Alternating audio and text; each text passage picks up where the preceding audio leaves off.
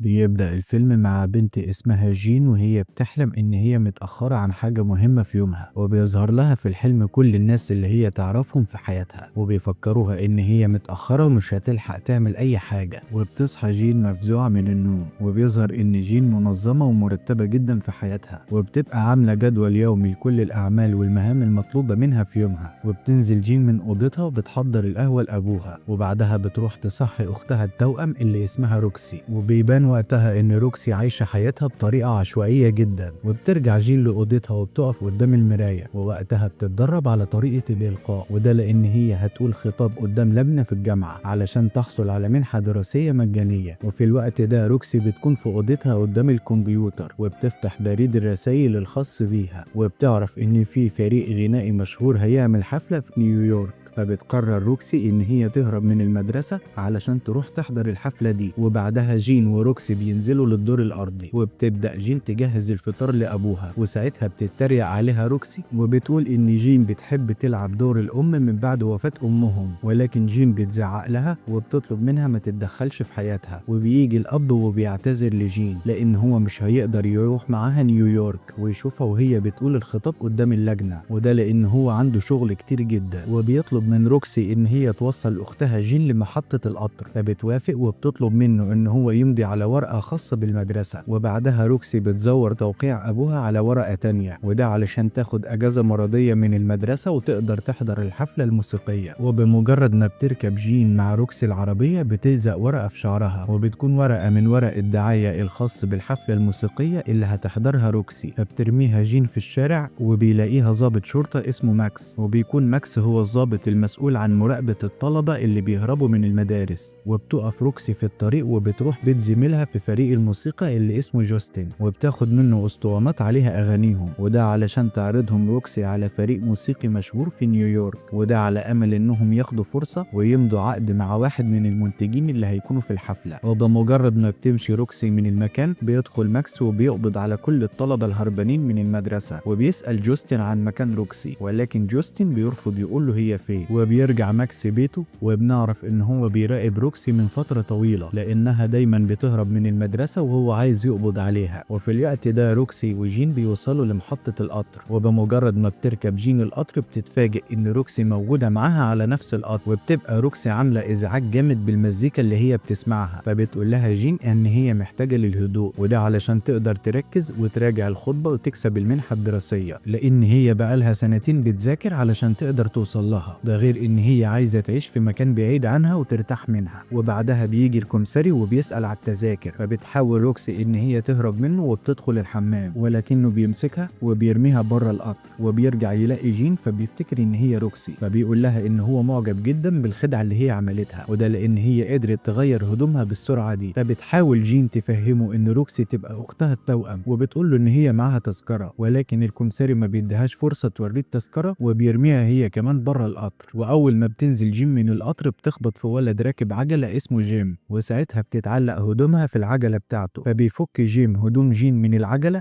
وبيحصل بينهم اعجاب متبادل. وبعدها جين بتقابل روكسي وبتطلب منها تبعد عنها، وده لان هي تسببت لها في مشكلة كبيرة. وبتروح جين لشباك التذاكر علشان تشتري تذكرة للقطر اللي جاي، وبتتفاجئ جين ان اقرب قطر هيوصل للمحطة بعد ساعات كتير وممكن ما يوصلش اصلا، وده بسبب وجود صيانة في السكة الحديد، وده معناه ان هي هتتأخر على ميعادها. فبتتوتر وبتحتار وبتبقى مش عارفة تتصرف ازاي. وفي اللحظة دي روكسي بتدور على تاكسي، وبيكون في 2 من رجال العصابات واقفين جنبها، وساعتها بيلاحظ واحد منهم ان هم متراقبين، فبيحط شريحة الكترونية في شنطة روكسي من غير ما هي تاخد بالها. وبعدها الشرطة بتقبض عليه وبتفتشه. فبيروح الراجل التاني اللي اسمه بيني وبيعرض على روكسي ان هو يوصلها لأي مكان بعربيته، وده بحجة ان هو حاسس ان هي بنت راقية ورقيقة ومش وش بهدلة. وبيقول لها ان هي مش هتلاقي تاكسيات هنا وهتفضل واقفة طول النهار. فبتوافق روكسي وبتروح لاختها جين وبتقول لها ان هي لقيت ليموزين هيوصلهم لنيويورك. وبعد ما بيركبوا الليموزين بيجي تليفون لبيني من امه، وبتزعق له وبتقول له ان هو اتأخر عليها وان هي محتاجة الشريحة في اسرع وقت. فبيرتبك بيني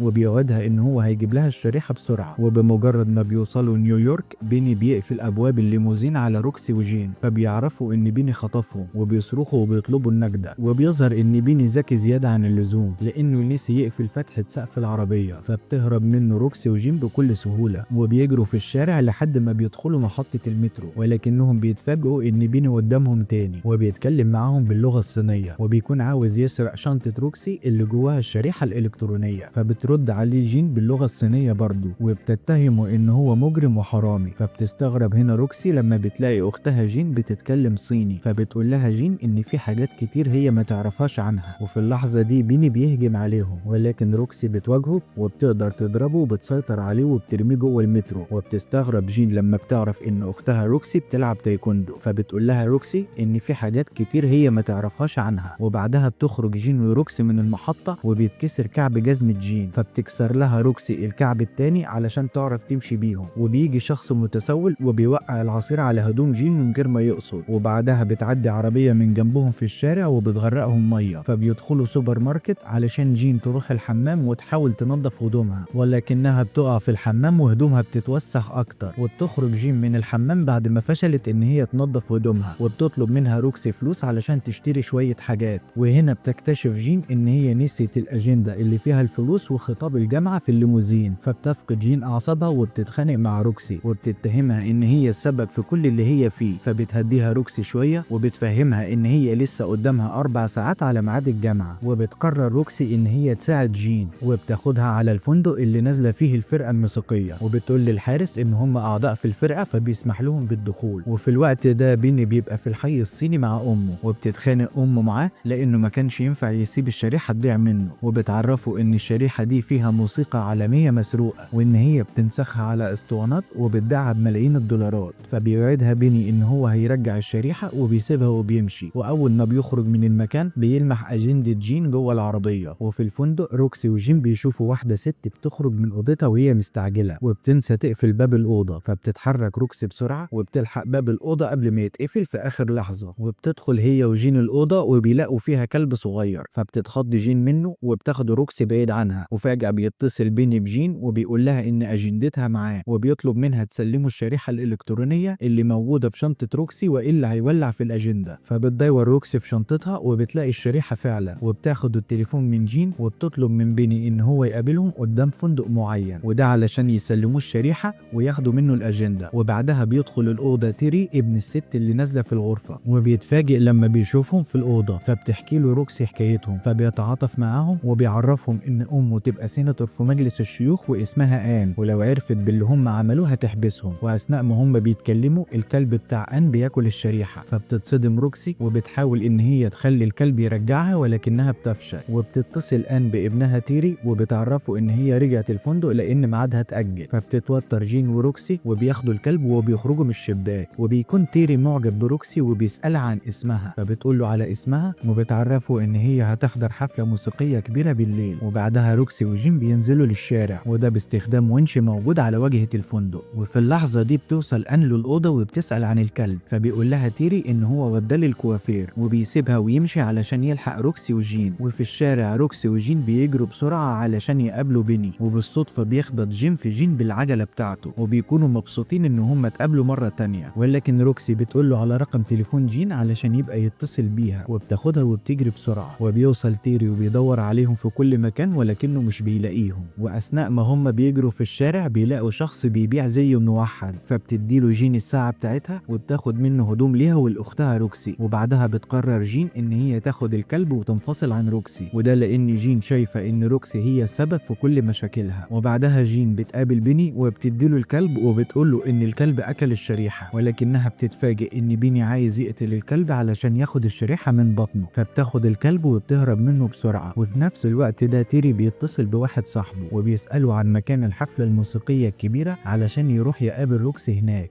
وفي الوقت ده بيكون الضابط ماكس واقف قدام مكان الحفلة وبيدخل علشان يدور على روكسي ويقبض عليها. وبتوصل روكسي للحفلة وبتقابل تيري وبيسألها عن الكلب بتاع أمه ولكن قبل ما روكسي ترد عليه بتيجي مجموعة من البنات وبياخدوها معاهم علشان الحفلة هتبدأ. وبتوصل جين وبتدخل الحفلة وبتدور على أختها روكسي وبتبدأ الحفلة وبيدخل الفريق الموسيقي والجمهور بيتفاعل معاهم. وبتنجح روكسي في إن هي توصل لواحد من المنتجين وبتديله الأسطوانات اللي عليها أغاني فرقتها الموسيقية موسيقية، ولكن فجأة بيظهر ماكس من وراها وبيكون على وشك ان هو يقبض عليها، ولكن روكسي بتهرب منه وبتطلع على المسرح وبتفضل ترقص مع الفرقة. وساعتها بتجري جين ناحية روكسي فبيطلعها الجمهور على المسرح مع اختها، وبعدها بيحاولوا يهربوا ولكنهم بيتحاصروا من بيني وماكس، فبيقرروا انهم ينطوا على الجمهور. وساعتها بيشيلهم الجمهور على ايديهم لحد ما بيبعدوا عن المسرح وبيهربوا من الحفلة. وبيخرج تيري وراهم وبيسأل فرد الامن عنهم، فبيظهر له بيني وبيكذب عليه وبيقول له ان هو عارف مكانهم وان هو السواق بتاعهم وممكن يوصله ليهم بسرعة. فبيشكروا تيري وبيروح معاه. وفي الوقت ده جين وروكس بيجروا في الشارع وماكس بيجري وراهم، واثناء ما هم بيجروا بيقعوا جوه بلاعة مفتوحة، وبعدها بيخرجوا من المجاري وبيلاقوا نفسهم قدام صالون تجميل، فبيدخلوه ولكنهم بيخافوا من نظرات صاحبة المحل ليهم، فبيعتذروا وبيقولوا لها ان هم دخلوا المكان ده بالغلط. فبتوقفهم صاحبة الصالون اللي اسمها شيري وبتقول لهم ان هم ما ينفعش يخرجوا بشكلهم ده لان ده هيأثر على سمعة المحل بتاعها لو حد شافهم. وبتطلب من ابنها ان هو يخرجهم من الباب الخلفي للمحل. وبتلمح جين الساعة وبتلاقي نفسها هتتأخر على ميعاد إلقاء الخطاب في الجامعة، فبتفقد أعصابها وبتنهار من العياط. فبتحاول روكسي تهديها وبتحكي لشيري حكايتهم، فبتتعاطف شيري معاهم وبتقرر تساعدهم وبتديهم هدوم جديدة وبتعمل لهم شعرهم، فبيشكروها على كل اللي هي عملته معاهم وهي بتتمنى لهم التوفيق. وبعدها بيتصل بيني بجين وبيديها عنوان علشان تقابلوا فيه وتسلموا الشريحة. وفجأة بيظهر ماكس فبتستغرب روكسي من إصراره على القبض عليها، وبتقول إن هي لو بتتاجر في الممنوعات ما كانش هيطاردها بالشكل ده. فبترجع البنتين لشيري وبيطلبوا منها تساعدهم في الهروب من ماكس، فبتديهم مفتاح التاكسي بتاع ابنها. وساعتها بيشوفهم ماكس وبيركب عربية 2 من السياح وبيطاردهم برضه. وبعد مطاردة طويلة بتقدر جين إن هي تهرب من ماكس، ولكن روكسي بتزعق لجين وبتقول لها إنهم كانوا هيموتوا بسبب سواقتها المتهورة. فبتفكرها جين إن هي أنقذتها من الضابط اللي كان عايز يقبض عليها. وساعتها بتقوم بينهم خناقة كبيرة، وبتتهم روكسي أختها جين إن هي عمرها ما فكرت تتكلم معاها أو تحتويها، وبتفكرها إن هي ما قدمتش ليها دعوة علشان تحضر الخطاب اللي هتقوله في الجامعة. فبتقول لها جين إنه بسببها أبوها ما حضرش ليها أي مناسبة أثناء دراستها لأنه دايما كان بيكون في اجتماعات المدرسة بسبب سلوكها المشاغب. وبتعرفها جين إن هي نفسها تتقبل في الجامعة علشان تكون بعيدة عنها، وبتتهمها إن هي دمرت لها حياتها. وبعدها بيتفرقوا وكل واحدة منهم بتمشي في طريق. وبتروح جين علشان تقابل بيني وتديله الكلب وتاخد منه الأجندة، ولكن بيني بيخطفها وبيروح بيها على الحي الصيني عند أمه. وساعتها بيحبسوا جين في المكان اللي بيخزنوا فيه الاسطوانات المزيفة، وبيحاولوا يشربوا الكلب مشروب معين علشان ينزلوا الشريحة اللي في بطنه، ولكن جين بتفضل تكسر في الاسطوانات. فبيروح لها بيني علشان يوقفها عن اللي هي بتعمله، فبتضربه جين وبتاخد الكلب وبتهرب منه. وبالصدفة بتقابل جيم وبتطلب منه ياخدها على العجلة ويروح بيها على الجامعة. وفي الوقت ده روكسي بتمشي في الشارع وهي حزينة بسبب اللي حصل بينها وبين أختها. وبالصدفة بتلاقي عربية بيني وبتشوف جواها الأجندة بتاعت أختها جين، فبتاخدها بسرعة. وقبل ما تمشي بتكتشف إن تيري محبوس في شنطة العربية، فبتفتح له وبتعرف منه اللي حصل له، وبتحكي له هي كمان على اللي حصل بينها وبين أختها. فبيقترح عليها تيري إن هي تروح الجامعة وتقول الخطاب بدل جين، وبكده جين مش هتخسر المنحة. فبتوافق روكسي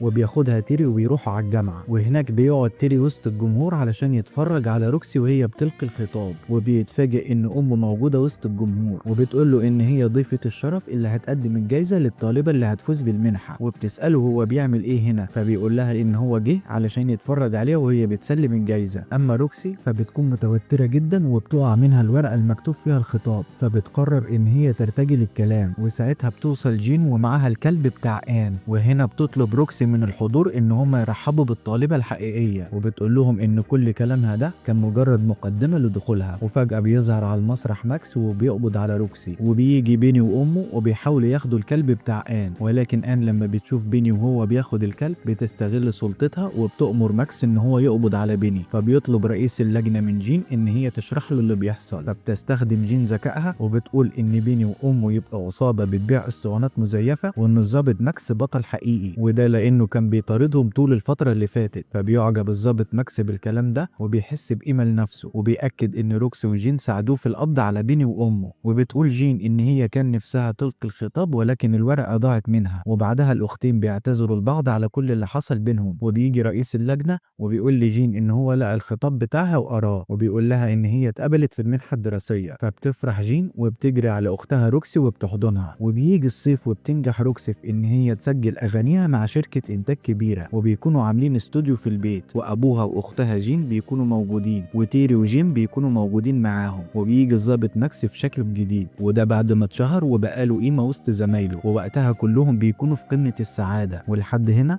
وبيخلص الفيلم. الفيديو ده كتبته ومنتجته صوفي، ولو عجبكم الفيديو اعملوا لايك واشتراك في القناة وفعلوا زر الجرس علشان تشوفوا فيديوهاتنا الجديدة، وتابعونا على فيسبوك وتيك توك وانستجرام، واشوفكم الفيديو اللي جاي، واحلى سلام.